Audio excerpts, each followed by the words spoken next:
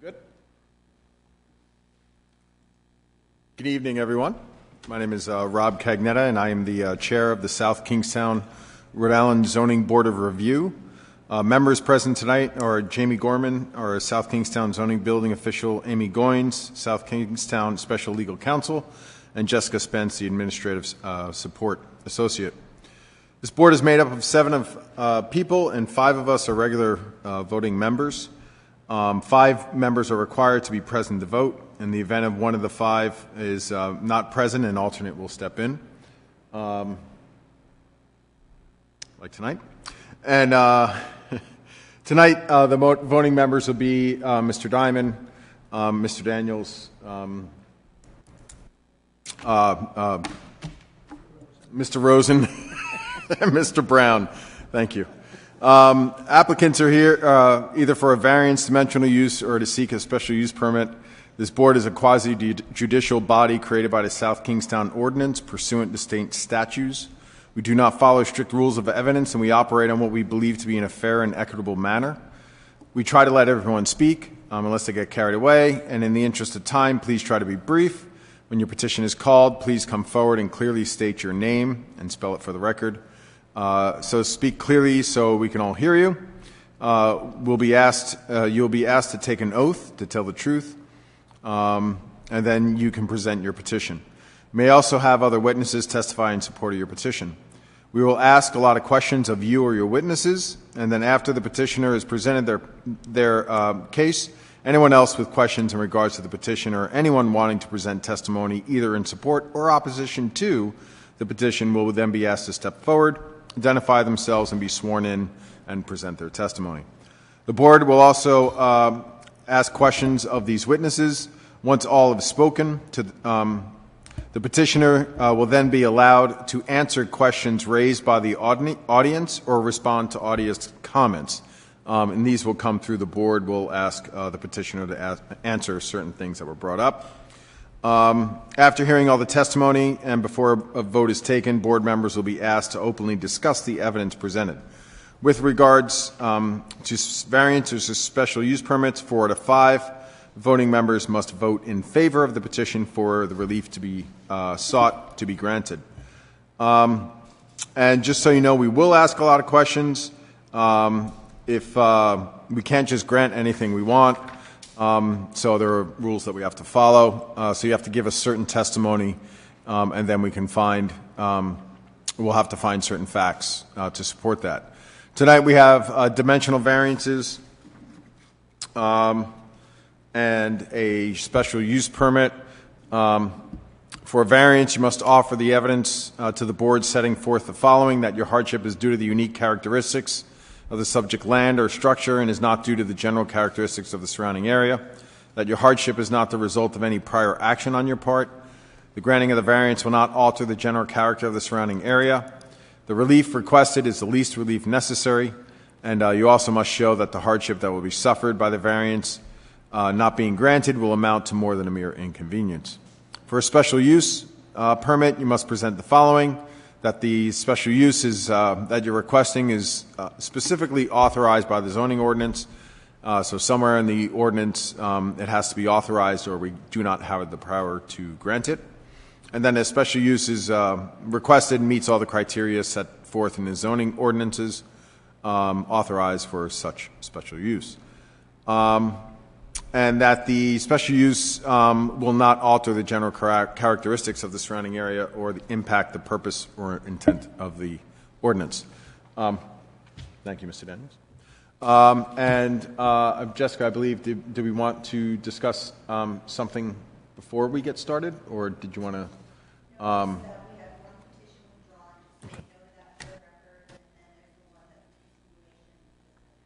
Okay. And Ms. Goins, did you want us to talk about something at the end? Yes, we have discussion on recently enacted laws regarding land use. I'll make that quick at the end of the agenda. Okay, great. Thank you. So we do have the withdrawn petition for Earl S. and Brianna E. Sharp. Is anyone here for that tonight? Do I need to read the whole thing in? because it's withdrawn. Do we have to make a motion or anything to withdraw it? Just recognize that this petition has been withdrawn for 74 Parkwood Drive? Yes, my understanding, and thanks, Jess, for the heads up, is that the application will be or was resubmitted and will be heard next month. So I do want to offer some comment on that and guidance, but I'm going to wait till next Wait for month the end. since no one's here. So, so we don't have to do any action on that. And then we have a request to continue the second petition, which is for Aaron Thorkinson. Oh, and I won't say it right. Is someone here for that tonight? No? Okay. So this is 54 Mediterranean Avenue of Wakefield, Rhode Island, 02879, and they're asking for a special use permit.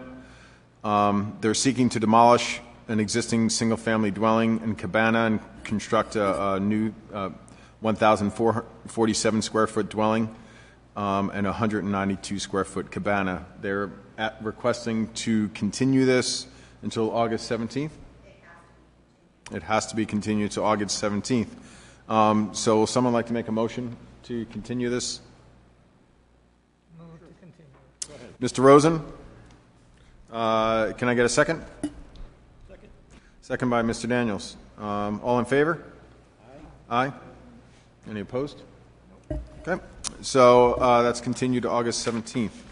The next petition is the petition of David W. Fish of 222 Chickadee Lane in Wakefield, Rhode Island, 02879. They're here for a dimensional variance under the zoning ordinance as follows. The applicant is seeking to construct a 12-foot by 16-foot deck attached to the existing family dwelling, single-family dwelling. The proposed deck will be located 10 foot 2 inches from the south property line. The required yard setback is 15 feet. So they're asking for a relief of 4 foot 10 inches. Lot size is 0.47 acres, and this is a dimensional variance required per the zoning ordinance, section 401, schedule of dimensional regulations, and section 907 are standards of relief. The owners of the property are Brett W. and Jody Chiquise for a premises located at 59 Cove Street, South Kingstown, Assessors Map 87-4, Lot 40, and is zoned R20. And for this tonight, the documents we have is the application with the cover letter signed and dated April 25th, owner authorization form signed and notarized April 29th, the deck addition plans, 2 pages, prepared and stamped by Davis W. Fish, Jr., PLS, dated March 28th, 2022, CRMC Ascent Drainage Plan, 1 page, prepared by Environmental Planning and Surveying, Inc., and dated September 2015, with revisions on September 9th, 2017, September 30th, 2017, and November 20th, 2017. And then a 200-foot radius map and a butters list, legal notice, proof of certified mailings, notarized affidavit of mailing, and memorandum to neighbors dated May 5th, 2022. And who is here tonight for this petition? Come on up to the mic. So state and spell your name, please. Pardon? Just say your name and spell it. David W. Fish, D-A-V-I-D-F-I-S-H. Do you swear to tell the whole truth and nothing but the truth? I do. Excellent. So what is it that you'd like to do? I'm sorry. What would you like to do? Unfortunately, the owner was unable to attend tonight. Okay. But what they decided to do was build a deck on the southerly side of their existing home. And due to the configuration of the lot and some of the environmental setbacks, there's an environmental setback due to Coastal Resources Management Council. It's an odd-shaped lot. The septic system's in the front of the house, between the house and Lake Avenue.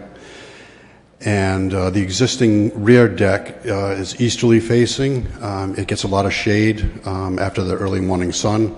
And really the homeowner desires to build a deck on the southeast corner of his home to get the southerly exposure and enhance his views to Saget Cove and Potter Pond, and also for the sunsets to the west. The The relief being sought is approximately 4 foot 10 inches in order to construct a 12-foot wide deck. We believe that the 12-foot wide deck is the minimum comfortable deck width required in order to put the deck furniture down and also to have a safe passageway to get to that furniture. And that is really about it.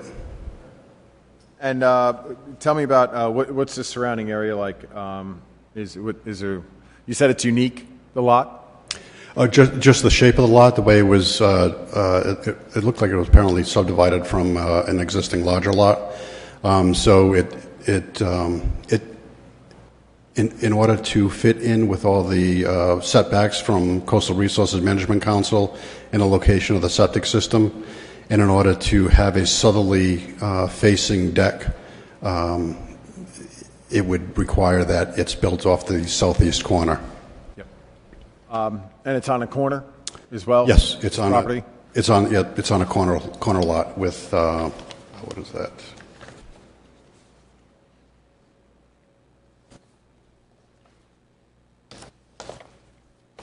It's on the corner of Lake and Lake Avenue and Cove Street. Cove. So there's no direct impact to neighbors per se? No, the southerly lot right now is vacant, and there is construction on the lot to the east, further east on Lake Avenue.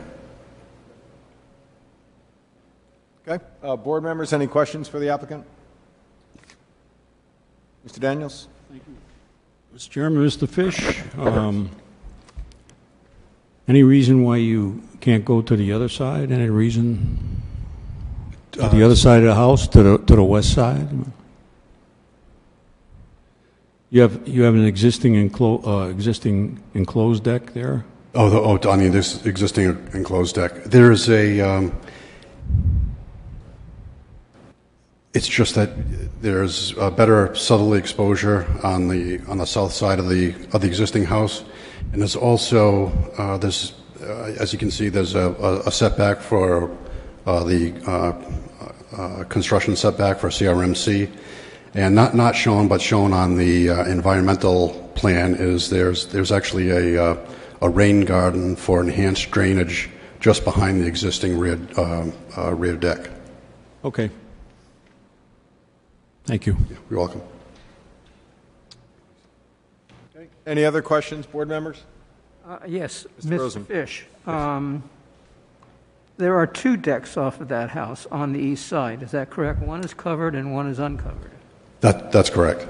Why isn't that sufficient to allow them to have whatever they want to do on those 2 decks without having the southerly facing deck? It's primarily they're looking for to enhance their southerly exposure to get more exposure, sun exposure on the southerly facing deck. Right now with the house, basically the first floor is uninhabitable. It's raised because it's in a flood zone, and there's a second and a third floor. The existing deck and the enclosed deck are on the second floor level, so there is quite a bit of shade that's thrown from the gable end of the existing house. Is the deck going to be on the second level or the first level? It'll be on the second level. It'll be raised So off it's of the raised ground. along because of the flood danger? That's correct. That's correct. It's approximately 9.5 feet above grade. Okay. Okay, that's all. Mr. Fish, the one CRMC Ascent Drainage Plan, it shows, if I'm understanding this right, there's 175-foot CRMC construction setback. Oh, I see. That's that line. Trying to just get a sense as to what all these lines are here. Oh, okay. So the one you're actually crossing on this one is the property line, right? Is that the dashed line I'm looking at? There's two dash lines that are in blue. Yep. One is the inland edge of the 150-foot CRMC buffer zone, and the second line that's a little bit more to the east is the 175-foot CRMC construction setback line. And those were taken from that environmental plan was submitted was submitted for the construction of for the actual residential dwelling. Okay. Okay, so I am seeing that now. In the top right, it says building setback line. Yes. If you follow that all the way around, it ends up being right above that CRMC construction setback. Yes. Just pointing to another line somewhere else. Okay. So you are not, in fact, building in that CRMC setback. So it's only impacting That's correct. property line. Okay. Or the setback. Okay, I'm sorry. Any other questions, board members? Mr. Brown? Mr. Diamond? Mr. Fish, just to clarify, the existing stairs are in compliance. They're within 15. They're 15 feet away from the property line. Is that how I'm reading this? That's correct. Okay. That's correct. And your relief is into that 15-foot area. That's correct. Okay. Okay. Any other questions, board members? No? Thank you, Mr. Chair. Thank you. Is there anyone out there that wants to speak on behalf? No? Okay. Any thoughts on it, Mr. Diamond? Nothing in particular, nothing concerning to me, particularly concerning. Okay. Turn on your mic. Yeah, just turn on your mic when you do that, but that's okay. Yeah. Is it on? Yeah. Okay. Can you hear me now? Yes. Okay, cool. Thank you. Yeah, nothing of particular concern on this one. Great. At least we didn't have to say you're on mute. That's true, yeah. Mr. Daniels, any other concerns? No, I have no problem with this. Rosen? Well, the only concern I have is that the only reason they're building this deck is so that they have a better view and get the southerly exposure. And whether that's justification for building a third deck or not is beyond me. I have nothing with any problem with building the deck itself. It seems to be just fine, and it does need a variance, but that's my only concern. Is the necessity of it. Is the necessity of it, yeah. Okay. Mr. Brown? Yeah, I don't have any problems with it. All right. Does someone want to make a motion for this petition? Yes, I'll do it. Mr. Daniels? Thank you, Mr. Chairman. Motion to approve the petition of David W. Fish, 222 Chickadee Lane, Wakefield, Rhode Island, for a dimensional variance. The application was read into the record by the chairman. Mr. Fish appeared and is asking for a relief of 4 feet 10 inches from the 15-foot setback that's located on the southeastern side. The purpose is to create an additional deck to the existing structure, and dimensional variance is required under Section 401 and Section 907 our standards of relief. There was no opposition to the request. The documents were, I believe, entered into the record by the chairman. Okay, and the purpose of the request for relief is because the applicant wants to have a better exposure to the southern sun. It is a coastal community. It is a coastal structure, coastal home, and they desire to have a better and larger exposure to the south and to the coast more than what exists in their present structure. The board finds that the hardship from which the applicant seeks relief is due to the unique characteristics of the subject land, because once again, Mr. Fish testified that it is a small lot, and in order to place this deck in the location that they wish, they do need this 4 feet 10 inches of relief. The board finds that the hardship is not the result of any prior action of the applicant and does not result primarily from the desire of the applicant to realize greater financial gain because they live there and they want to enjoy the premises to a greater extent. The board finds that the granting of the requested variance will not alter the general character of the surrounding area or impair the intent or purpose of the zoning ordinance or the comprehensive community plan because, once again, Mr. Fish, in answering a question from the chairman, indicated that this is not an uncommon structure in the area in which this home is located. It is compatible with the neighborhood. The board finds that the relief granted is the least relief necessary because they want to have a little larger deck for furniture, and 12-foot deck is certainly not overly large for that area.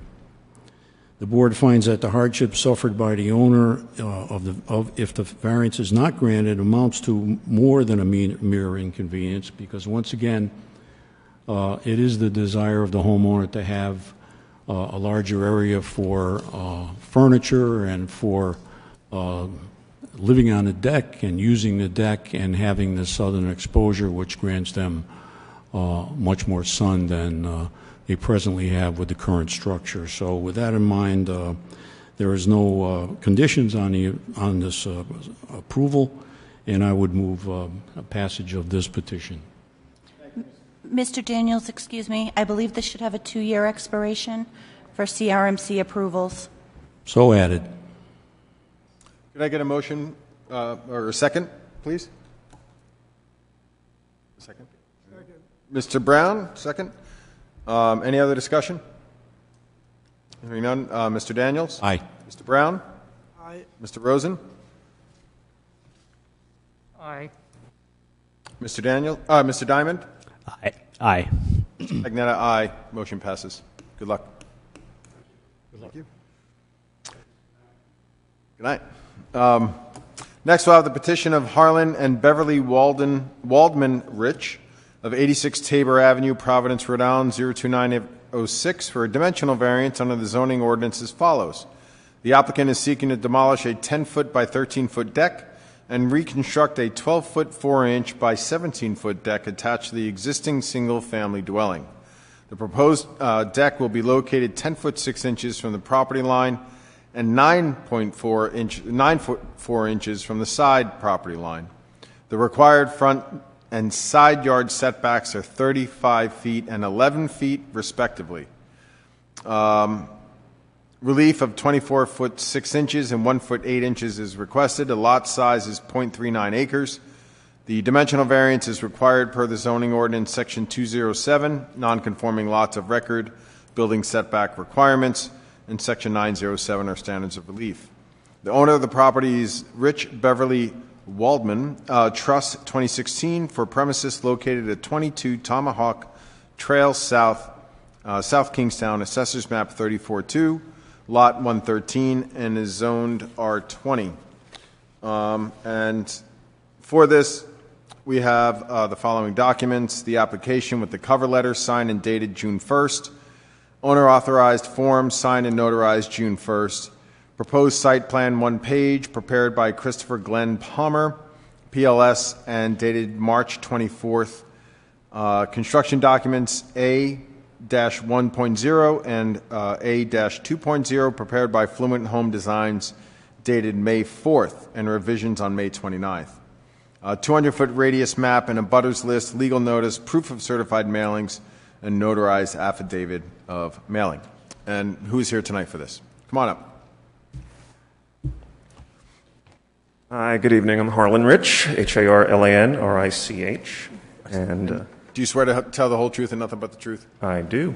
Excellent. So tell us what you'd like to do. Yeah, thank you for accepting the application. I want to thank Jamie for all the phone advice that he was able to give me and helping me through the process. Basically, we've been in Indian Lake Shores for about 8 or 9 years. We've been in this house for about 4 or 5 years. The house had been renovated before we moved in. Unfortunately, the deck really was not treated kindly when the renovation was done, and so the wood is peeling and falling apart, and it's a fairly small deck. So we hope to replace it with better, more durable materials that are going to be more not required painting and everything else. The current railing system is kind of old and dated, and so we hope to replace it with a newer, more fresher, attractive-looking railing. And again, the deck is only 10 by 13. It's really kind of tight, so we hope to extend it 2 feet in the westerly direction and 4 feet in the northerly direction, just to give us some more space to basically be able to enjoy it a little bit more while enhancing the appearance for the community. The northerly direction basically is a wooded lot that I don't think is buildable because there's a culvert that runs right through it. The westerly direction is toward the street, and even though the dimensions are whatever is described on the lot there, are actually the street is a bit further beyond the property line, so the house is actually set back more than the dimensional variance would indicate. And obviously these are old plats. They're from 1940-something. They're not in compliance, and so that's why we need to have a dimensional variance in order to do this small renovation.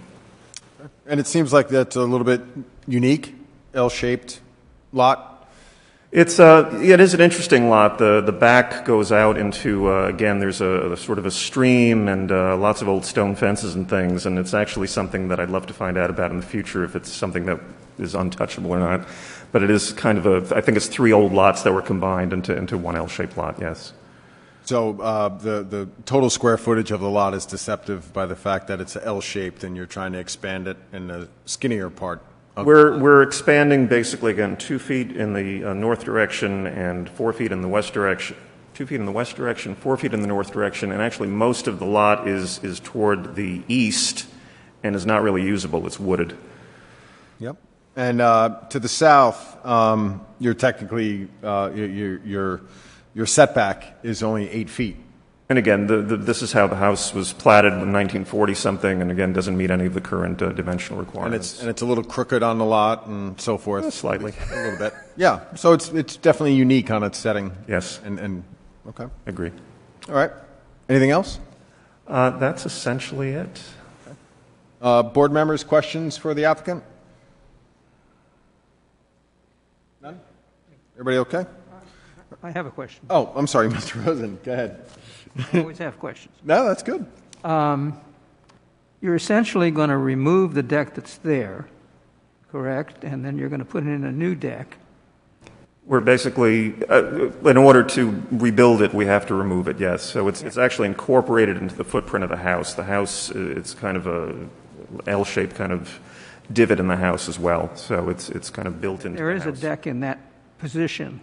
Yes, I think Right the now. drawing shows it, or one of the documents that we provided shows that the current deck is there. So again, And we're it's- taking the exact same deck, we're just extending it 2 feet west and 4 feet north. And it's on the second floor, right? Yeah, yes, So it's raised up. There's a garage underneath. correct. As I viewed it, I was out there, so I took a good look at it. Okay. And just, the lot, the lot itself goes well back over to the next street over. Exactly. And what did you say? There's some sort of a, There running are through old stone walls. There's water. I think some water that streams in. Perhaps I don't know if it's natural or not. That kind of streams around the side of the house. There's a culvert that goes down and that goes under the street.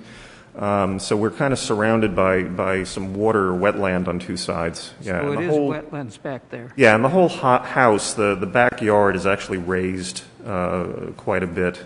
And thankfully, we haven't ever had any water incursions or anything on the ground level. Oh, the backyard has been raised, okay.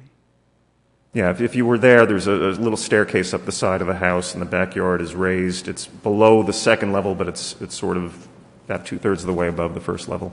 Yeah, I didn't get a good look at the backyard, but it's interesting to note that there's wetlands back there. I wondered why you were so far forward in the lot as such, because it seemed like there was a lot of lot back there. Yeah, I don't know the history. I don't know if somebody else owned the posterior portions earlier, again, because it looks like it's probably 3 lots that had been combined at some point, but I don't have that history.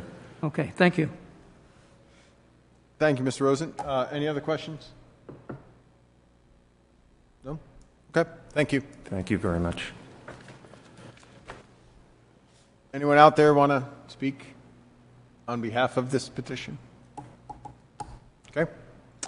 Board members, any thoughts? None from me. None, Mr. Rosen? Mr. Brown?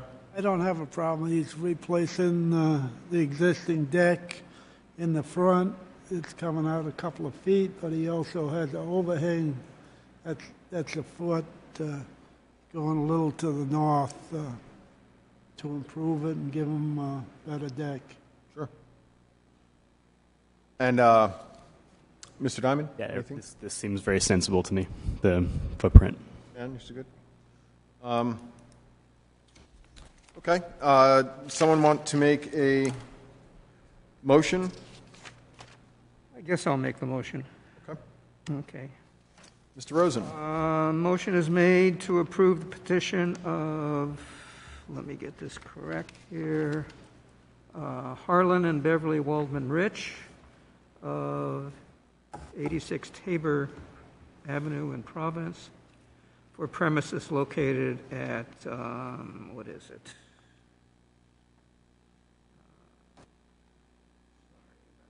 22 Tomahawk Trail, South.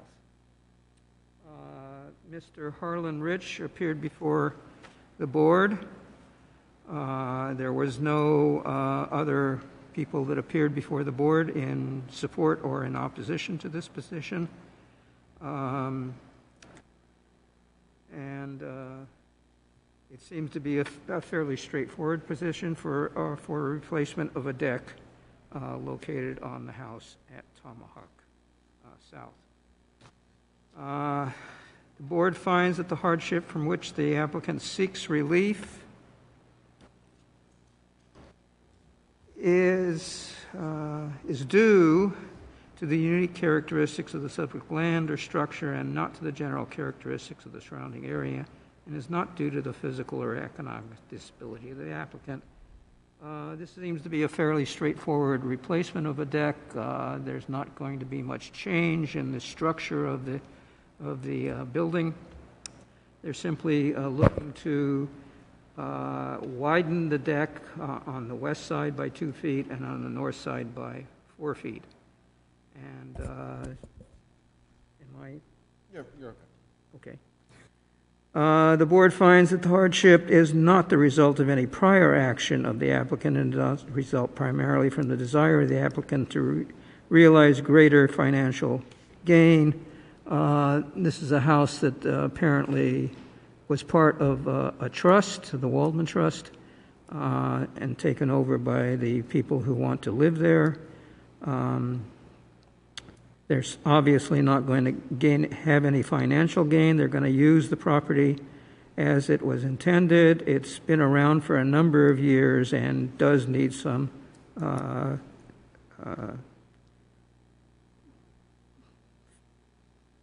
getting better. The board finds that the granting of the requested variance will not alter the general character of the surrounding area or impair the intent or purpose of the zoning ordinance or the comprehensive plan upon which the ordinance is based. It's going to basically fit within the ordinance itself for replacements, and it's a minor expansion of that area of the house as such. The board finds that the relief to be granted is the least relief necessary. They don't have much room to actually go any further towards the front property line.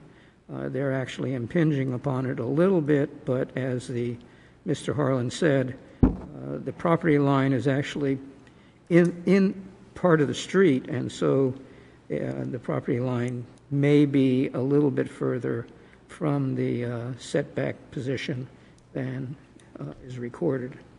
The board finds that the hardship suffered by the owner of the subject property, if the dimensional variance is not granted, amounts to more than a mere inconvenience. The deck is in pretty bad shape and needs to be replaced. It's been around for a long time, and so I move approval of this petition. Motion was made by Mr. Rosen. Can I get a second? Second by Mr. Brown. Any other discussion? Hearing none. Mr. Rosen? Aye. Mr. Brown? Aye. Mr. Daniels? Aye. Mr. Diamond? Aye. Mr. Cagnetta? Aye. Motion passes. Good luck. Thank you. Okay, and then we have the petition of JSC Management Group of 615 Fisher Road in Victor, New York, 14564 for a special use permit under the zoning ordinance as follows. The applicant is seeking to construct a second drive-through aisle for an existing restaurant. The planning board granted development plan review approval for the project on May 24th, 2022. Lot size is 2.75 acres. Special use permit is required per the zoning ordinance section 301, schedule of use regulations table, and sections 907 are standards of relief. The owner of the property is Ellie and Rob Realty for premises located at 104 Tower Hill Road, South Kingstown, Assessor's Map 57-2, Lot 67, and is zoned CH, which is a commercial highway. And for this application, we have the cover letter signed and dated September 22nd, 2021. Owner authorized form, 2 pages, signed and notarized September 28th, 2021. Development plan review advisory zoning, 2 pages, dated June 16th. Recorded in the South Kingstown Land Evidence Book 1833 in pages 356 and 357. Site development plans A201, A202, CS, C1, C2, C3, C6, C7, C8, prepared by APD Engineering and Architecture, Todd G. Markovitz, PE, dated August 12th, 2021, with revisions on November 22nd, 2021, December 29th, 2021, February 3rd, 2022, March 30th, and in May 17th. Landscape design plans L100, L102, L103, L104, prepared by APD Engineering and Architecture and Rebecca M. Nolan, RLA, dated March 30th. Final boundary and topographic survey of 1 page, prepared and stamped by Charles E. Lent, PLS, and dated February 9th, 2022. And then there's a 200-foot radius and a butters list, legal notice, proof of certified mailings, and then a notarized affidavit of mailing. Okay, and you are? Good evening. My name is Todd Markovich with APD Engineering. Thank you, Todd. And you are here on behalf of the applicant? Yes, of JSC Management. Okay. And do you swear to tell the whole truth and nothing but the truth? I do. Okay. And please spell your name for us. Markevicz. Okay, great. And this is the McDonald's? Burger King. Sorry. Oh, my God, that's horrible. Start over. It's next to yes, McDonald's. I know. So, but this is for use code 58 for a drive-through, right? And so you need to have a special use permit. Correct. So go ahead. What can we do? So good evening again here tonight to discuss the special use permit for the Burger King restaurant. As mentioned, we have been in front of TRC and Planning Board and received some staff comments and have been working with the town for probably the last 2, 3, 4 months at this point. So here again to hopefully finalize the special use permit. The special use permit is to utilize this site for a drive-through. Actually, we're expanding the existing drive-through, which is a single car drive-through, to a double drive-through. What that basically means is we would utilize the existing drive-through lane, which is on the western side of the property. May I approach? Yeah, of course. Do I need a mic or? Try to make yourself heard by the mic. Move it around as much as it will. That's our only record at this point, so might be a little bit easier to kind of explain here. So if you guys are familiar with the site, you've got an existing drive-through lane. This would be the side of the building, and it kind of extends to the back here. And you've got a small little island here, and then you've got some parking in this area. So what we're looking to do is basically eliminate the parking back here, maintain this existing drive on the outside, but basically create a secondary access lane here. Both lanes would have drive-through equipment, new drive-through equipment. It would be include a clearance bar, order confirmation unit, a menu board, And so there would be simultaneous ordering, and something that you guys have probably seen in the community or surrounding communities. As a matter of fact, one of the things that Burger King has found, in generally the same industry, is that somewhere between 80 and 85% of their sales are now through the drive-thru. And it's down to somewhere between 10 and 20% in the actual walk-up dining room itself. So you'll probably see, if you haven't already, see quite a push for most of these fast food restaurants. And again, what they're trying to do is increase the customer efficiency or the operations, decrease the customer wait time, and then also decrease the stacking that they might experience if you only have one lane. So in theory, right now we have approximately 7 vehicles that could stack to the kind of the end of this area. By us introducing this secondary drive-through lane, we would get another 4 vehicles, as you can see here, 1, 2, 3, 4. These other 2 would happen regardless if we had the drive-through lane or not. So again, in theory, we could hold 4 more cars in the queue, so to speak, without kind of backing up in this area. And again, it would the way it would work, one vehicle would order, another vehicle would order, and basically, depending on who orders first, they just kind of merge together. And by the time they get to the window, our client has a kind of proprietary way of knowing which order is which. They basically take a picture of the car. The order is right there, so by the time the car comes up, it's very efficient, it's very fast, and so it does speed up the process in general. So that's kind of the main goal here, is to get that double drive-through in. As I mentioned, we've been in front of staff and planning board and whatnot, and what started out as kind of simply just putting a drive-through lane there turned out to be a huge improvement for the project and for the community. In this case, you'll notice that we now have a lawn area which extends all the way back here. We've removed a number of cars in this area.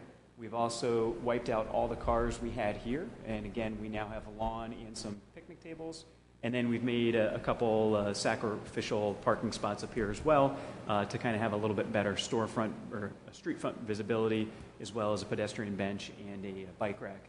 All in all, there are currently 55 existing spots.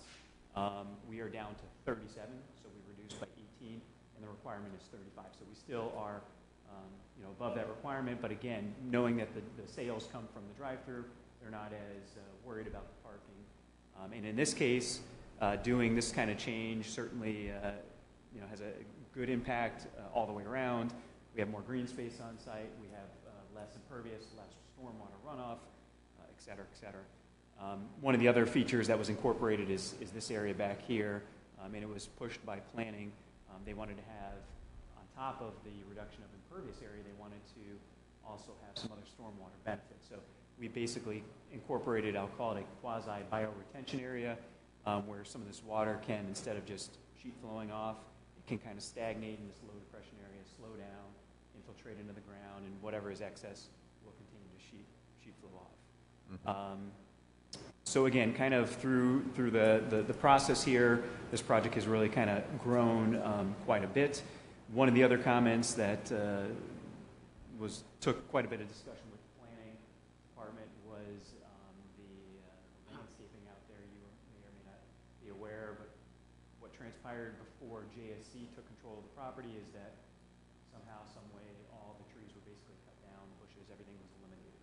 So in this case, we are basically replanting all new at a larger caliper than what would typically be planted, just so that we can try to catch up with what was there. So our client has kind of taken it upon themselves to do that, to help bring back what was there to begin with. Again, not here to necessarily talk about that, but have an exhibit for that. And lastly, one of the other items that this store will undergo, just part of the overall improvement, is a exterior and interior remodel. So again, this drive-through is one component of the project. It is a major component, but our client is interested in basically upgrading the store entirely. It's a very outdated storefront, as you probably know. In this case, there's going to be a lot more glass. It's going to look a lot more modern. And on the interior as well, they're going to brighten that up quite a bit. So again, I know the board not necessarily interested in that, but to give you kind of an overall scope of the project, we see this as a huge asset to the community, and hopefully the town will see that. Great, thank you, Mr. Markovich. Any questions from board members? Mr. Daniels? Mr. Markowitz, thank you, Mr. Chairman. Are you increasing the impervious surface at all with the? We are decreasing by approximately 9%. You're decreasing. Okay. So it's decreased, yes. So elimination of about 18 spots, if you can picture that. And then we've kind of squeezed out some additional green space elsewhere.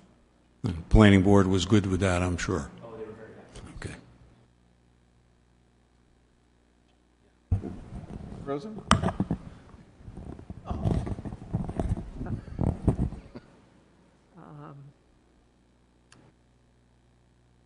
Well, it looks like a very interesting plan.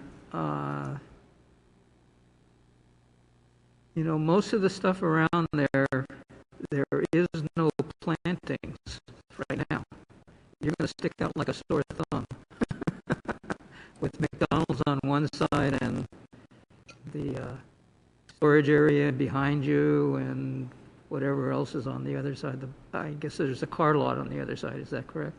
That is correct. And I think, you know, from the planning perspective, they were hoping to revitalize that area and, you know, as the intro to kind of Wakefield, have it as a nice, you know, a vibrant, a nice community. If you can pull along McDonald's to do something as well, that would be very nice, but I don't think you're going to be very successful on that. Well, when they come back for, you know, another improvement to the property, I guess you could use us as an example.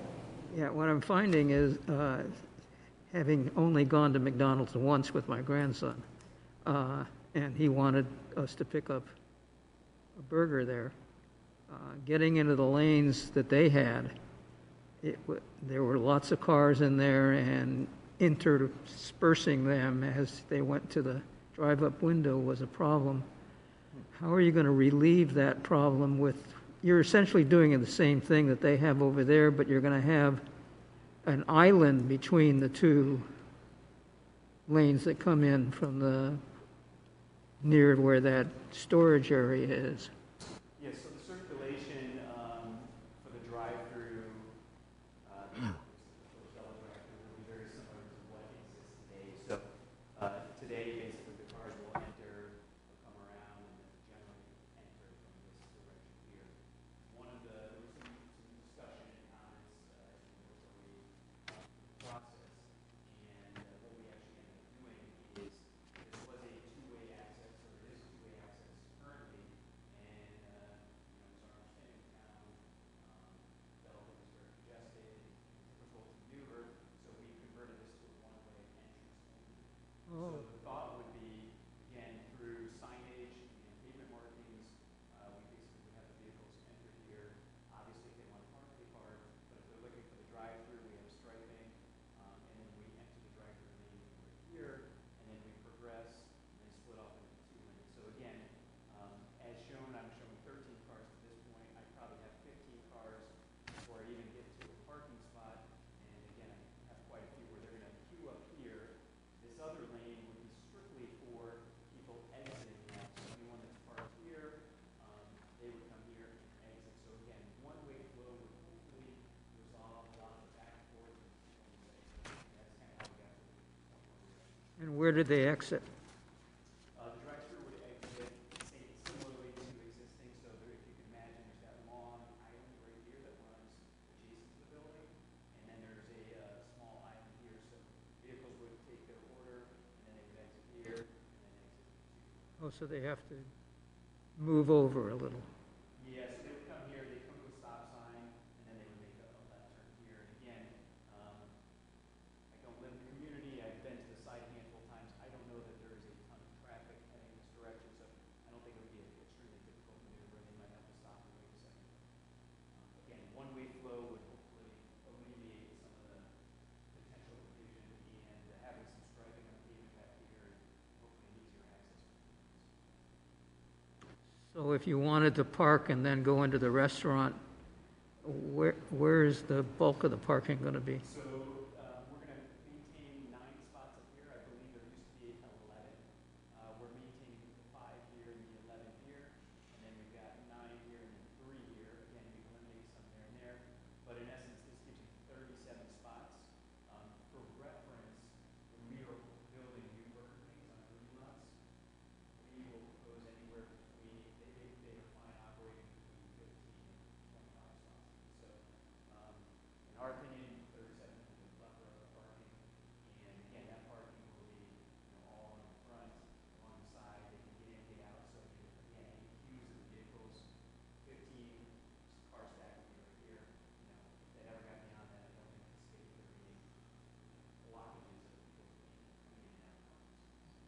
Thank you. What about lighting? What are your plans to accommodate, I guess, the shift in your site plan? Is there going to be a drastic change to your lighting plan? No, really, we're looking to maintain the existing lighting as is, which we have a nice drive. You can kind of see the symbols. Right. They're generally all around. The only thing we do have to shift would be the one in the back, and just the references variance here.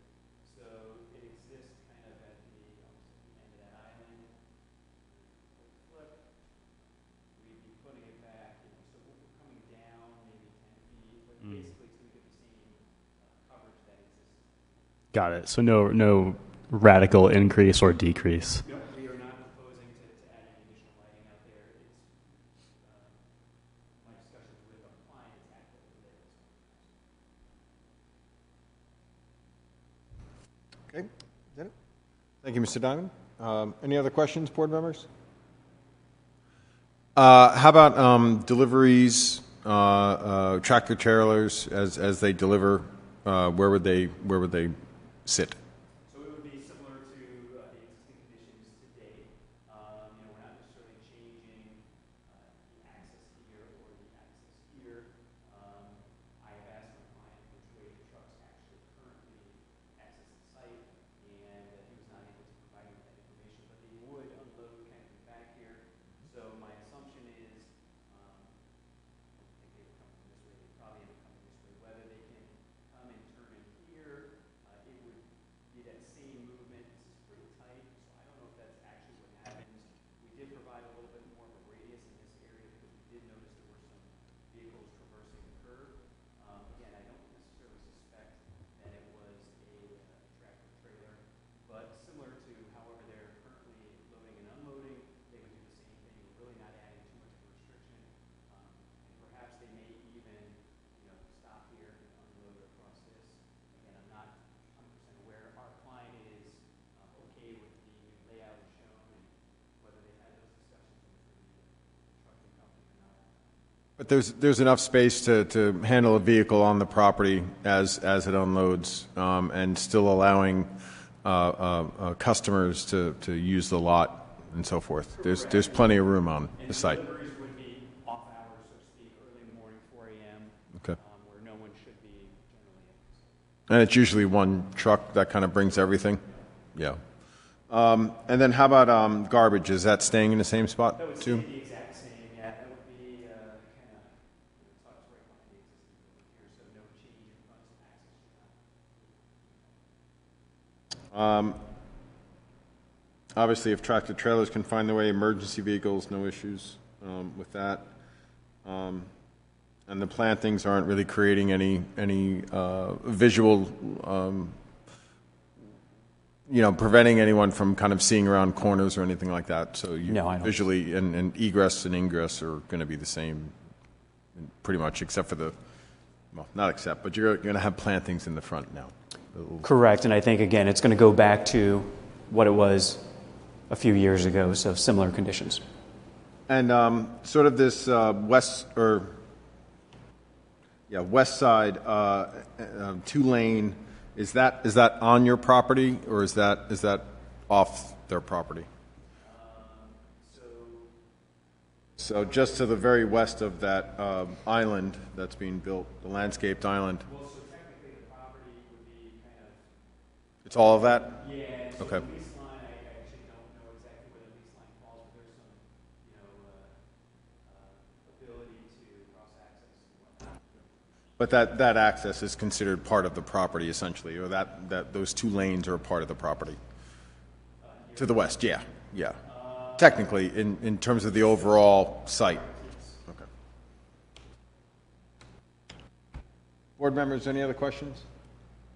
Mr. Brown? Just one other question. Is there going to be any tables? I was there. I think there were some tables outside that you could eat at.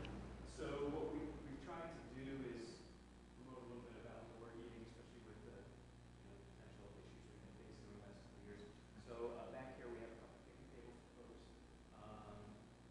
Not sure if they'll be used, but certainly we're trying to promote that. And then we have a pedestrian bench up here. Okay, thank you. So it would be that option, whereas I believe currently I don't think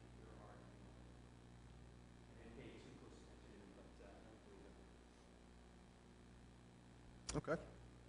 Any other questions? Mr. Diamond? Anyone? Okay, thank you. Thank you. There's no one I'm not seeing behind the podium, right? Okay. Any of the staff want to speak on behalf of this? Okay, any general thoughts to this? It seems very straightforward. They're not changing a lot too much. Egress is pretty much staying the same in terms of in and out of the property. Seems to be very thoughtful. I appreciate the planning board wanting to include Main Street or include the road and include pedestrian traffic off that road by having walkways and greenery and so forth. So I think it's great. So I don't know if anybody has any thoughts. I'm encouraged by the voluntary planting. Yes. Yeah, that's something you don't see every day. It's refreshing and nice. No, I don't have any problem. I think the planning board has provided 9 conditions of approval that are pretty thorough. And I think it looks like they've vetted this project fairly well. So I certainly don't have any problem with it. I see this as an improvement. Yes, indeed. Mr. Brown, any thoughts? No, I'm glad to see him doing it. I think it's a little better than the competitor to the east of them. I think they'll have a little more stacking lane than McDonald's. I think it will work out fine. Okay. All right. Someone want to make a motion to see if they can have it their way?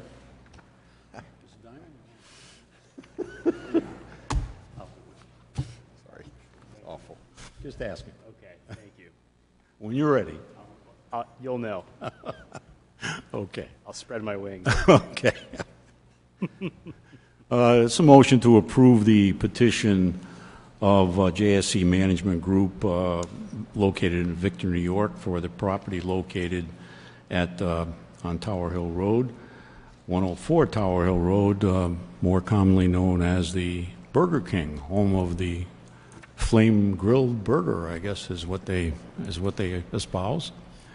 The application and documents were read into the record by the chairman. Mr. Todd Markovich spoke at the hearing in support of the request. He's the engineer on the project, has appeared at the planning board, and has now appeared before us for this special use permit. There was no opposition to the request, and the board finds that the special use is specifically authorized by this ordinance, and that's under Section 301, the Schedule of Use Regulation Tables. But the addition of the drive-through does require a special use permit as stated in the ordinance. The board finds that the special use meets all the criteria set forth in a subsection of this ordinance that authorizes such special use because all the criteria that has been entered in the record in the form of testimony and documentation meets with the criteria that we've set forth in the South Kingstown zoning ordinance. The board finds that the granting of the special use permit will not alter the general character of the surrounding area or impair the intent or purpose of the ordinance or the comprehensive community plan of the town.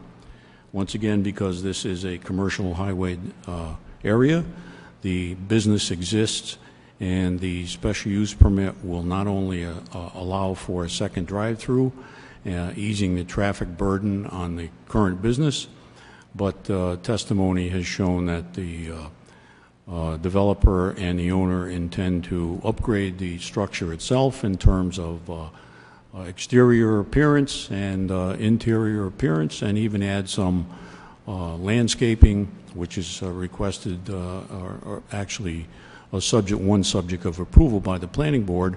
And they also are reducing the parking spots from 55 to 37, as the testimony indicates that a majority of the business at the location is now drive-through.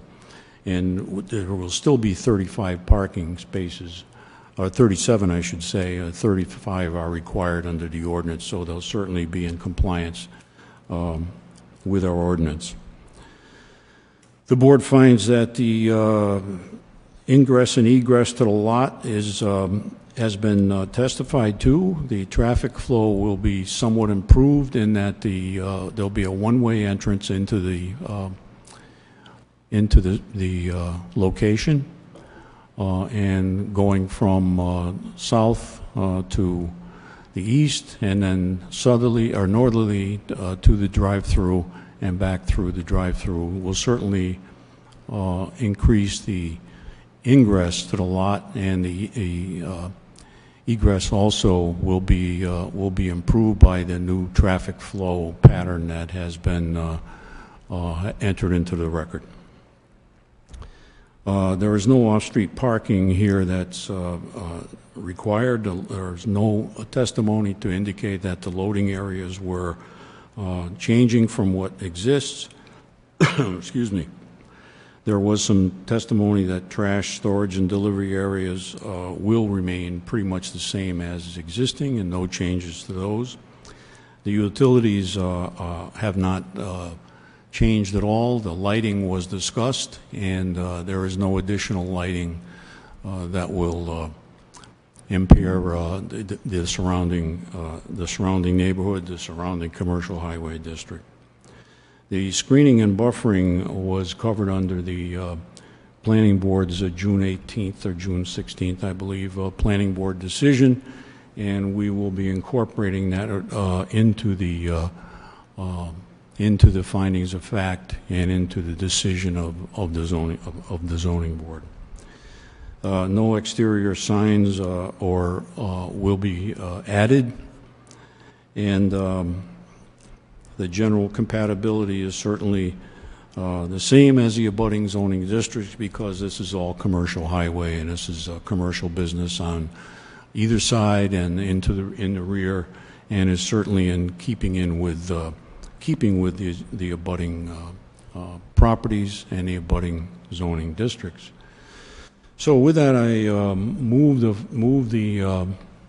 petition of JSC Management Group with the provision that the advisory development plan review and recommendation dated June 16, 2022 from the Planning Board be added to this approval and become conditions of approval, and there are nine specific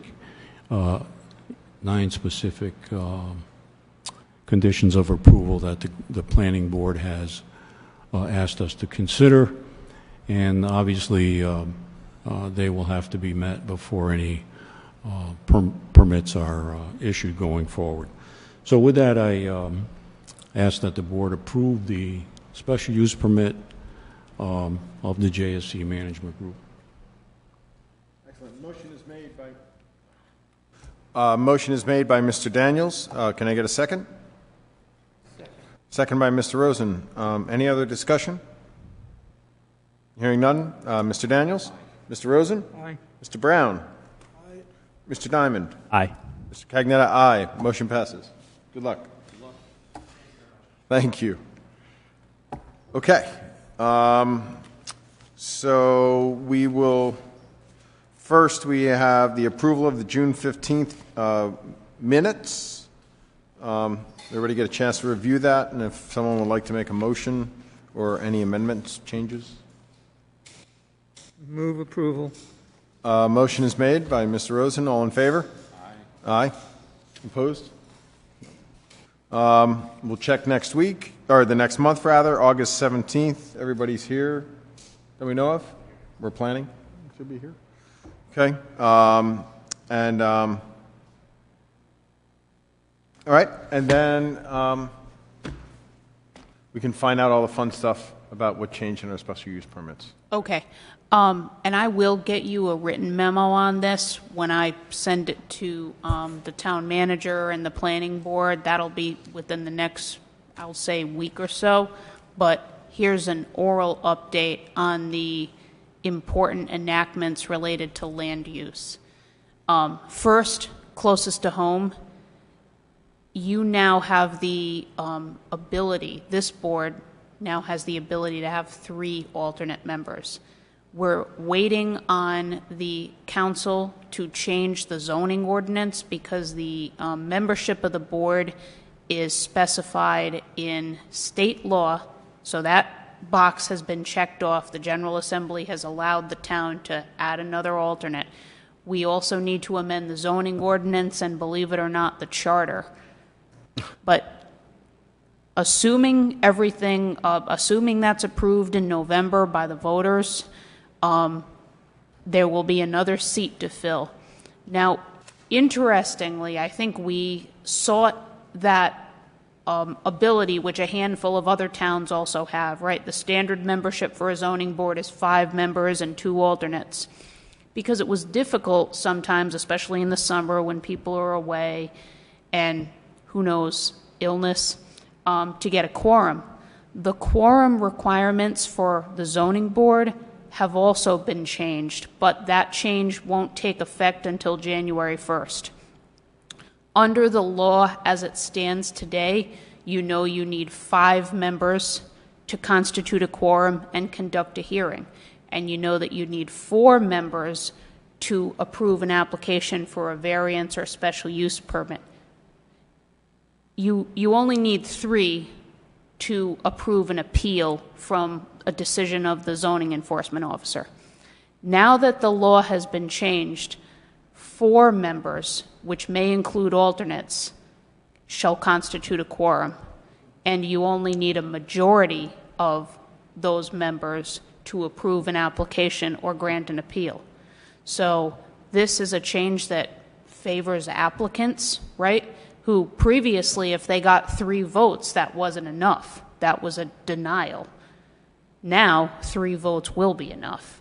And since the quorum requirement has been bumped down from 5 to 4, even with recusals and absences, I think we can expect fewer continuances for lack of a quorum.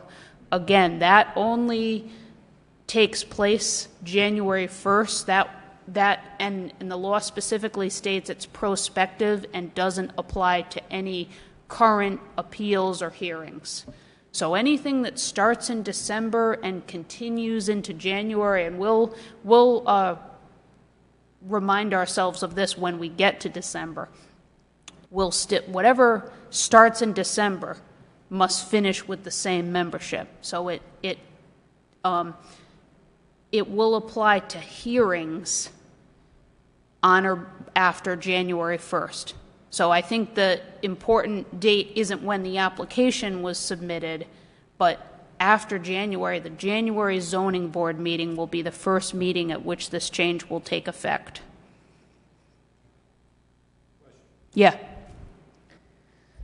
After January 1, we have 4 members sitting here as a quorum, which constitutes a quorum, correct? Yes. Special use permit comes before this board. Mm-hmm. If we need a majority, then it would mean that 3 people would have to approve. Correct. Okay. Correct. 3 people. 3 people versus normally, today, you need 4 of 5. Now you'll just need 3 of 4. Whether it's 4 or 5 members, that still there are 5 on the normal zoning board. There will be 5 active members and either 2 or 3 alternates. So if you have only 4, those 4 members can go ahead and vote. If you have 5, the 5 members will be voting, but whether you have 4 or 5, you still only need to get 3 yes votes to go forward. Well, yeah, even with 5, even because Okay. 3 of 5 is a majority. okay, so really that doesn't change much, because if 2 people vote the other way, it doesn't change from what we do now. It changes because right now, if an application comes before you and gets 3 votes, it doesn't pass. It's not approved. Right. If 5 members are sitting at the January zoning board meeting, 3 of you vote yes, 2 of you vote no, the application is approved. All right, so it's a simple majority. Yes, Okay. exactly. Right. The current law requires a supermajority, 1 more vote than a majority. Now it'll just be a bare majority, 3 of 5. All right, so that's effective in January, and I'll have to remind you about that in January and December. But what, Under the existing setup, 5 votes, 5 people voting, you can't, there's no tie vote. Under what they have proposed now, with 4 members voting, you can have a 2-to-2 vote. And if you have 2 and 2, it doesn't get approved. You need a majority. 2 won't be enough. so, and if it starts with 5 members, continues to a next month, only 4 show up, you can do it. You can still hear that. If 5 started and 4 I think so, because 4 are required for a quorum. Okay. Interesting. All right. Let's see, what to talk about next. How about accessory dwelling units? Accessory dwelling units have been totally overhauled, and this is why I think seeing the law will help, because I'd like you to see the language that was stricken and then totally revised. So the definition of an accessory dwelling unit, called an ADU, has been totally rewritten. An accessory dwelling unit, and this law is effective today. Accessory dwelling units are now defined as a residential living unit on the same parcel where the primary use is a legally established single unit or multi-unit dwelling. An ADU provides complete independent living facilities for 1 or more persons. It may take various forms, including but not limited to a detached unit, a unit that is part of an accessory structure, such as a detached garage, or a unit that is part of an expanded or remodeled primary dwelling.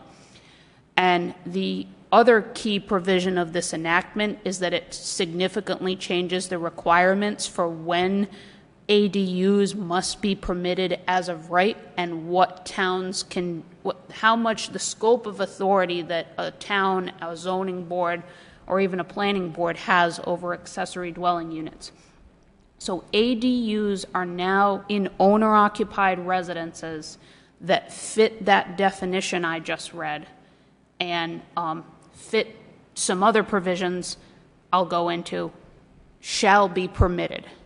So that means no approval necessary other than the zoning official verifying that the plans meet that definition. For family members with disabilities, or family members who are over 62, or any family member. I'm not sure why they didn't just strike that other part and just said family members, but that's still in the statute. And then there are new sections that have been added to the Zoning Enabling Act, mandating consistent statewide treatment of ADUs. So the state has now said, different towns can't set forth different regulations for ADUs. And I'll go into more detail in the written memo about what those will be. I think primarily it's of importance now for the planning board, because as you know, the planning board provides advisory recommendations to the council on how the zoning ordinance should be updated. So changes to the zoning ordinance will absolutely be necessary to reflect this, but regardless of what's on the books now, the state law controls. So as these applications for ADUs come in, Jamie's going to be reviewing them according to this law, not what's on the books now in our zoning ordinance. So there are certain review and approval procedures for ADUs, and specifically, ADUs shall be a permitted use in any residential district with a minimum lot size of 20,000 square feet or more, and where the proposed ADU is located within the existing footprint of the primary structure or existing secondary attached or detached structure and does not expand the footprint of the structure. And finally, certain ADUs can be counted towards meeting a municipality's affordable housing goals. So that's a very significant change to the town's scope of authority on ADUs, and I have a feeling that many provisions of our zoning ordinance will be unenforceable in light of this new law. Amy, can you clarify, I just want to make sure I'm getting this straight. When you're saying ADUs, accessory dwelling units, are you talking about what we would refer to typically as an in-law type of apartment, or are we talking about an accessory unit that can be used for like rental purposes? Because that's how we've kind of differentiated them. Yeah, so the law relates to both types, which does make a little bit confusing. There is no separate definition, I believe, and I'll have to double check this, for an accessory family dwelling unit. So the law relates to ADUs, and some ADUs are for family members, and those have to be permitted as of right in certain circumstances.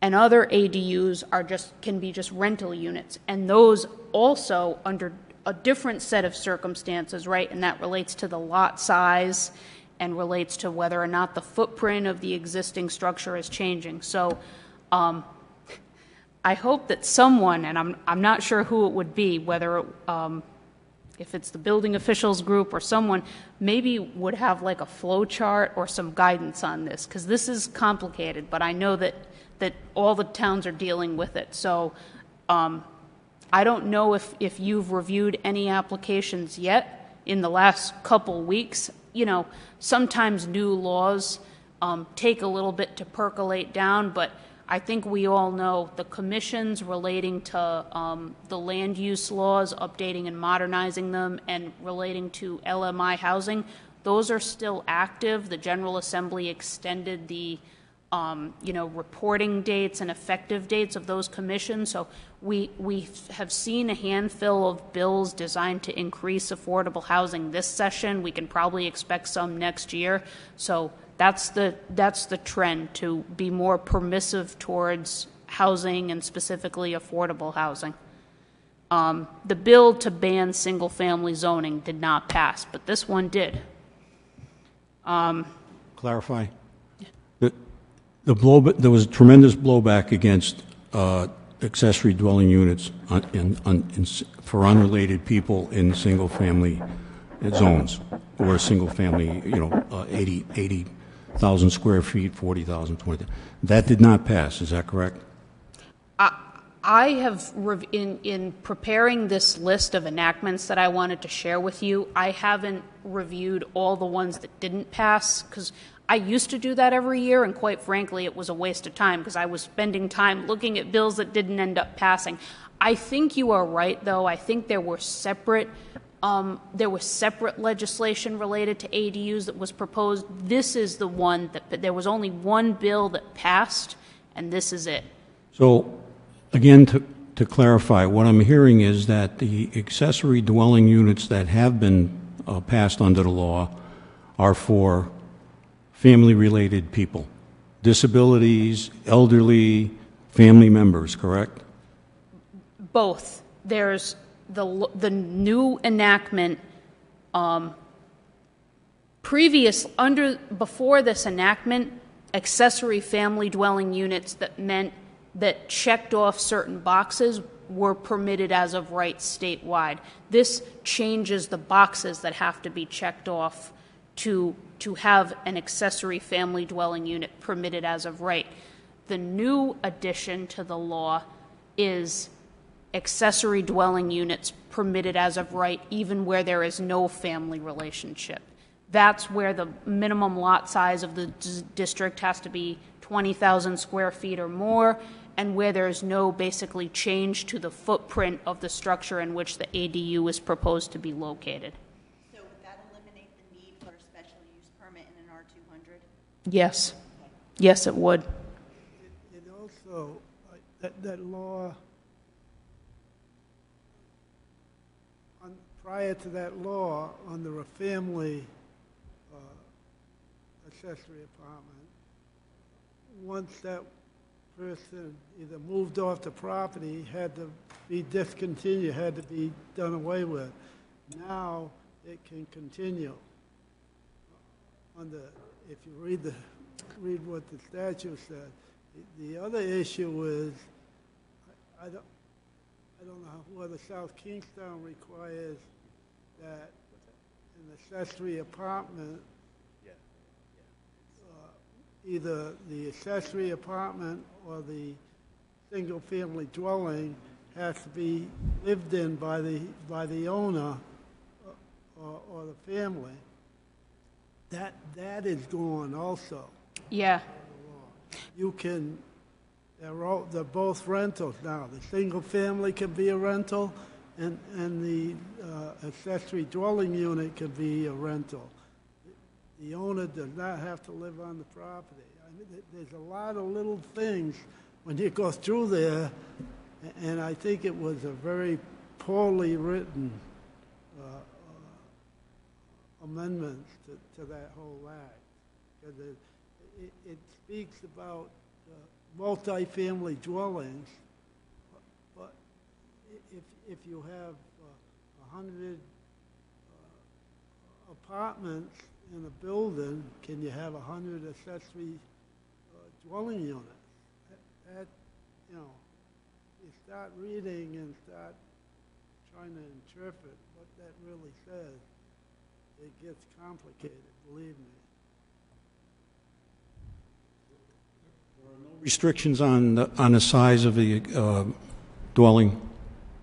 There are restrictions, but the law specifically states that ADUs, that zoning ordinances can't contain excessive restrictions. And then the law specifically lists what cities and towns can't do. And there's no size limit to them anymore either. So, Amy, does that preclude us from enforcing the one-bedroom 750 maximum in the ordinance? I think it would, yeah.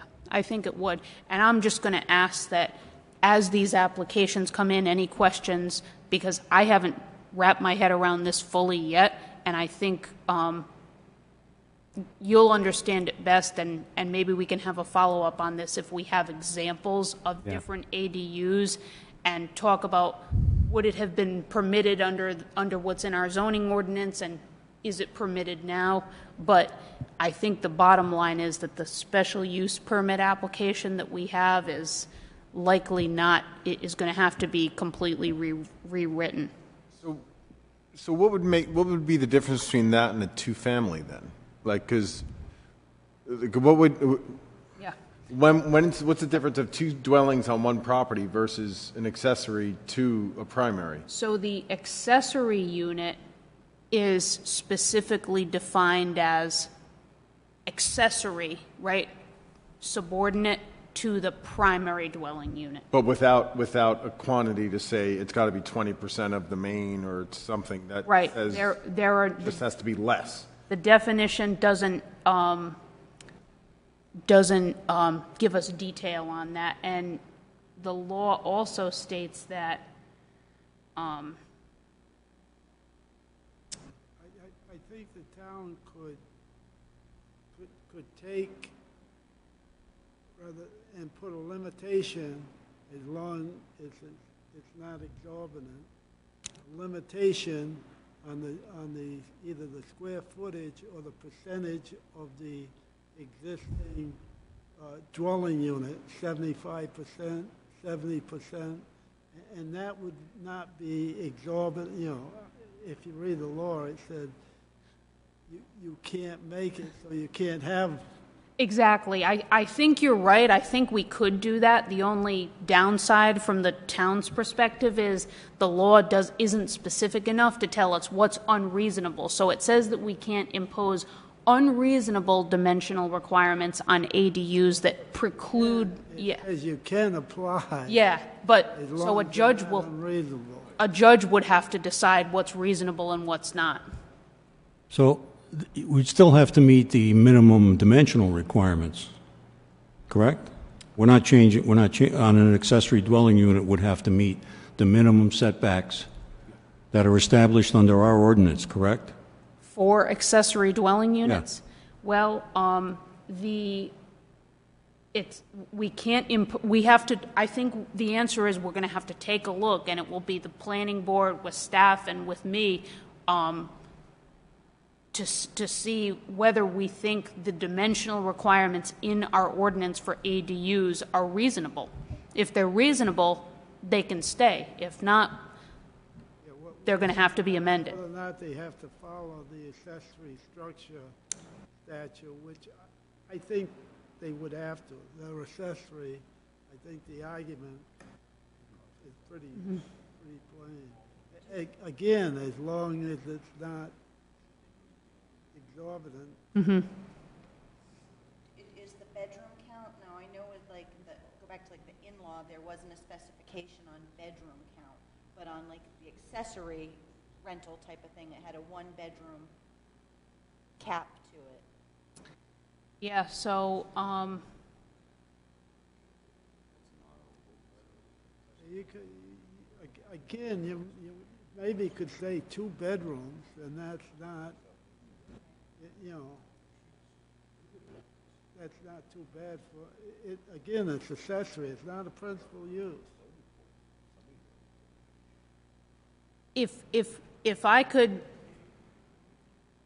have some time to write this up, to send you the enactment, I think you'll have a better understanding of what the law says. But this one will take us some time to sort through. The bottom line is it's a significant change. Wetlands is another specific significant change that I've been reminding you about. As you know, in 2015, the General Assembly passed a law that directed DEM and CRMC to promulgate regulations for setbacks for freshwater and coastal wetlands and buffer zones. And it said, the law said, once those regs become effective, municipal zoning ordinance provisions relating to wetland setbacks shall no longer be valid. Those regulations became effective on July 1st. So as of July 1st, this board will no longer be hearing applications for special use permits within a certain distance of, for ISDSs within a certain distance of a wetland. So any development that requires a wetlands permit will still have to go to DEM or CRMC depending on the type of wetland. And if it needs other relief, dimensional relief or even use relief from this board, it will still come before this board, and approval would be conditioned on state approval. But the municipalities that have ordinance provisions relating to wetland setbacks, you should know those are all unenforceable now. So if it's 50-foot setback, and they come in at 49 feet, that's still in our purview, is that correct? No, because now it's going to be DEM or CRMC that will hear variance applications from the setback.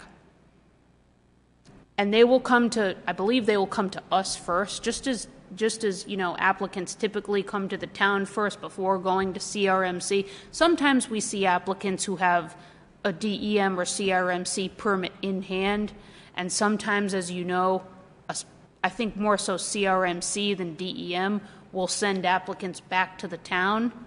You know, there's always the tug of war between the coastal feature and the front yard setback usually. But now what will happen is they'll come before the board if they need relief, and they'll explain if it's a 50-foot requirement and they're proposing to be 49 feet away from the wetland edge or buffer zone. That won't be within the board's purview, and it's really not something the board can even take into account. That's now in the hands of the state agencies.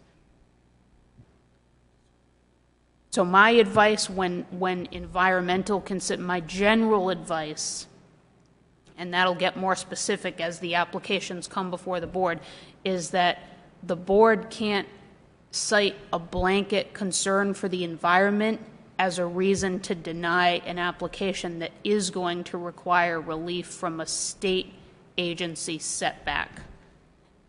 If there are specific considerations on the site why the relief should be denied, as usual, you could still deny the relief. But I would say environmental considerations can't be a basis, because now that's going to be in DEM or CRMC's purview.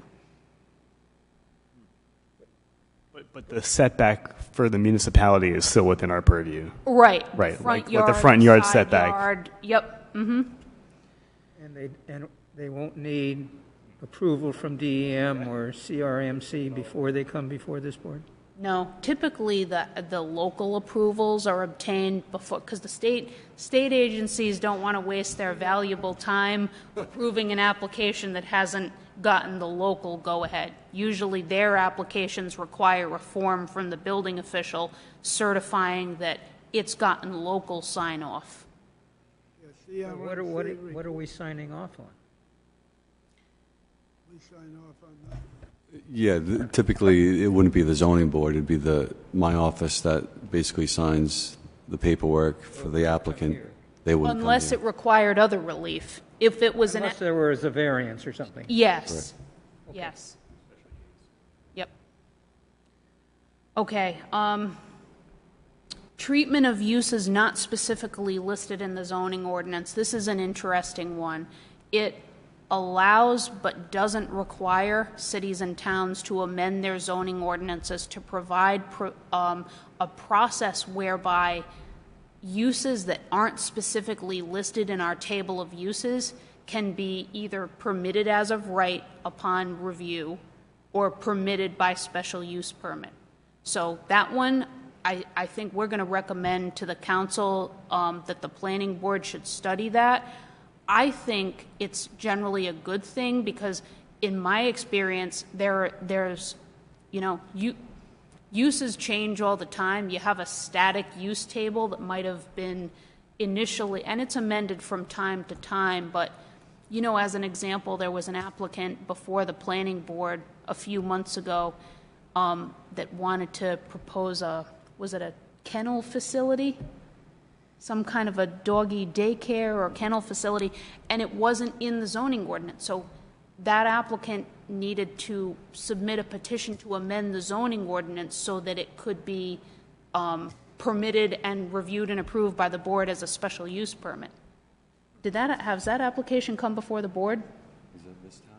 Yeah. I think bulking is allowed, I'm not sure. Okay, all right. But in general,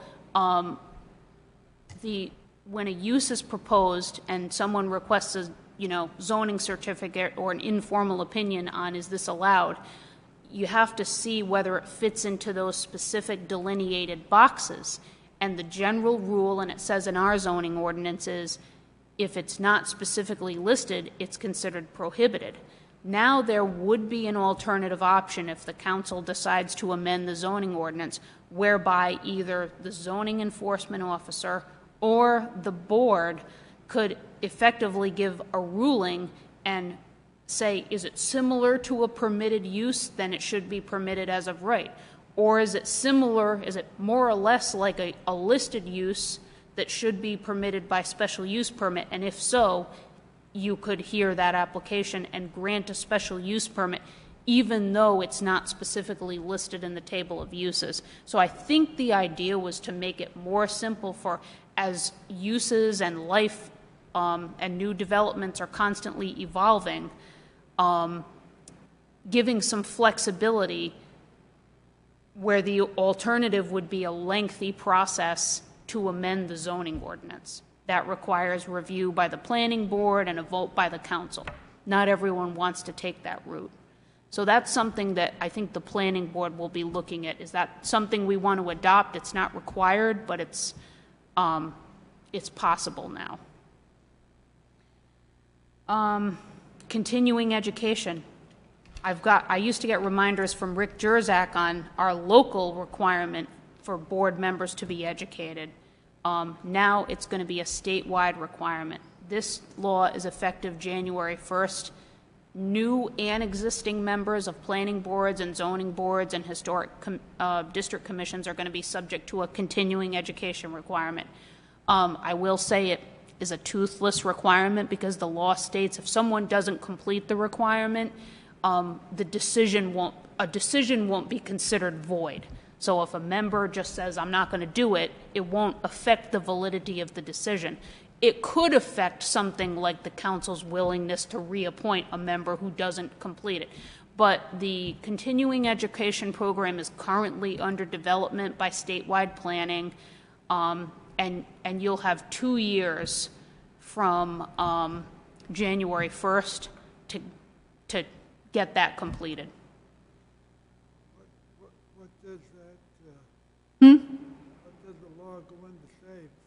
What is continuing education? Some kind of, GROSMAR and statewide planning often conduct trainings, and there are some trainings coming up this summer. I'll ask Jess to circulate those. Yeah, on general land use reviews and making good decisions, understanding what comprehensive planning is about, the things that, you learn by experience, but now it's going to be formalized. I think it will be most helpful for new members. Those of you who have been on the board several years or more than several years, you're probably not going to learn anything you didn't know already. Done. Yeah. How many CE credits do they need? Is it 2 hours for new members and 1 for, it's not an onerous requirement. Unfortunately, though, it's not going to be a junket where they fly you to some exotic destination.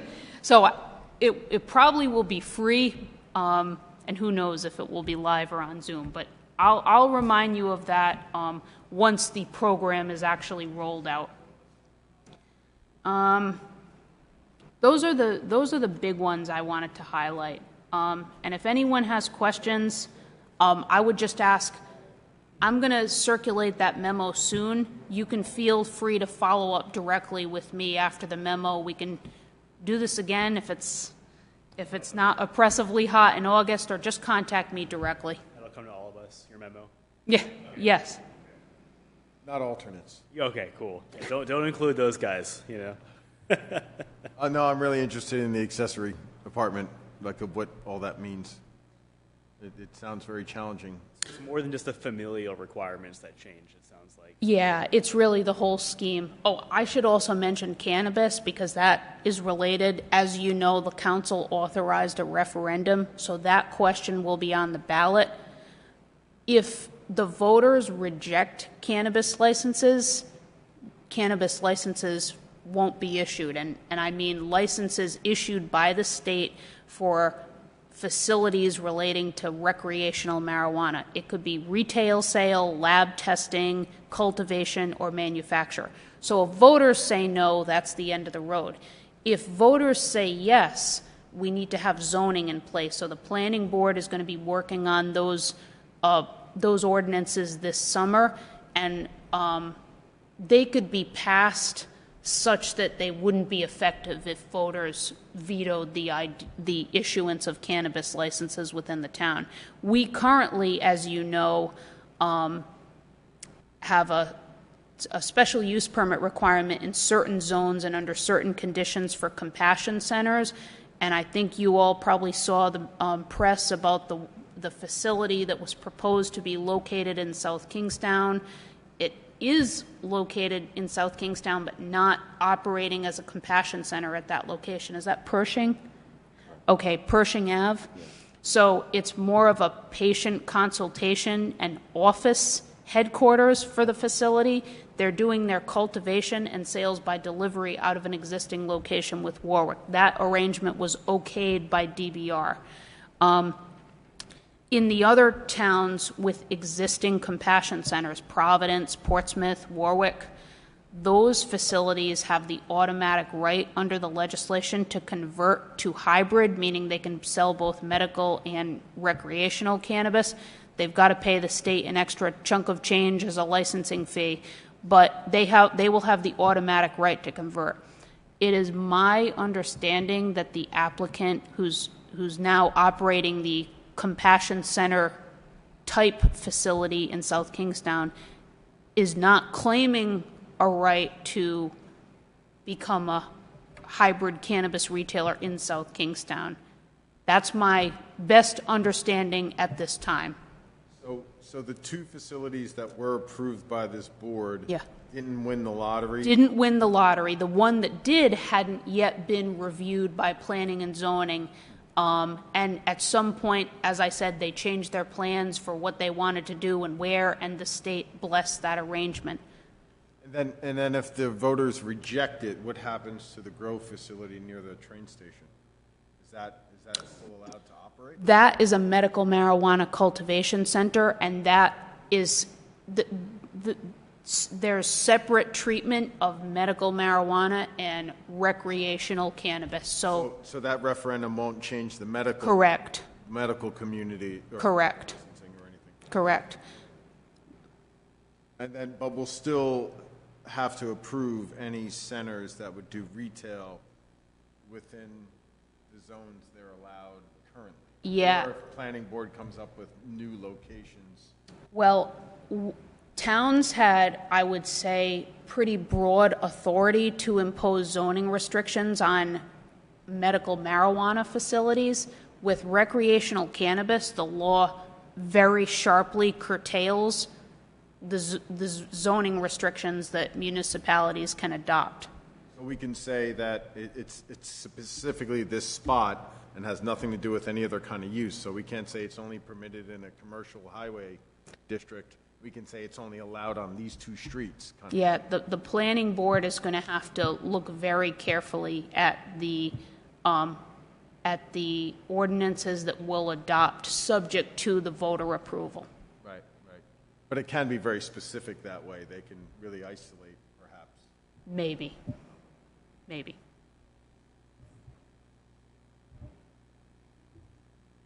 All right. That's it for me. Okay. Awesome. Well, thank you. Motion to adjourn. Aye. How do you dare you? So moved. All in favor? Aye. See you next month. How many are on the agenda for next month? 3?